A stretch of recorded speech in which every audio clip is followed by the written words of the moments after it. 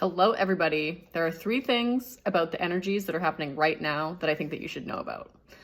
First is that we are in an integration period from the energies from the eclipse cycle that we just moved through. So if you've been feeling tired, if you have been experiencing physical symptoms, if you have had different energetic or emotional energies or densities coming to the surface, old patterns coming to the surface to be acknowledged, that's potentially part of this integration period as we move through the expansion and the integration of the light codes of the frequency that we opened ourselves up to, that we have to create space for to be able to embody on a higher level.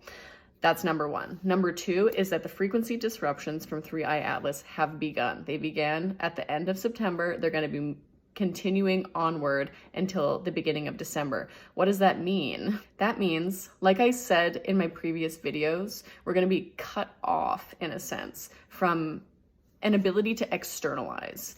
If typically we rely on any kind of external source of confirmation or validation for the internal energies or the direction that we are moving in, it's going to feel like the direction forward isn't as clear as it usually is. Things are going to feel murky. Things are going to feel muddy. For those that are connected to our intuition and our guides, the answers might not be coming through as clearly as they typically do. This is not because you're moving in the wrong direction. This is because you are being tested on your ability to commit to and feel into your own internal navigation system, which is your heart. Is your heart saying yes? Is your heart saying no? And alongside this experience, there's also the external experience of having an inundation of information at this time. There's going to be information and there's going to be misinformation. This is on purpose.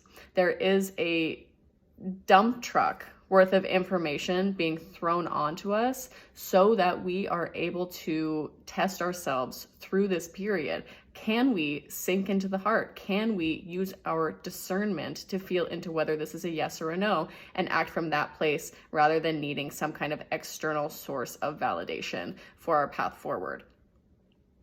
Number 3 is that moving into this time and through this time, we're going to see things that have been in the shadow and potentially have been subtly in the shadow for some coming to the surface.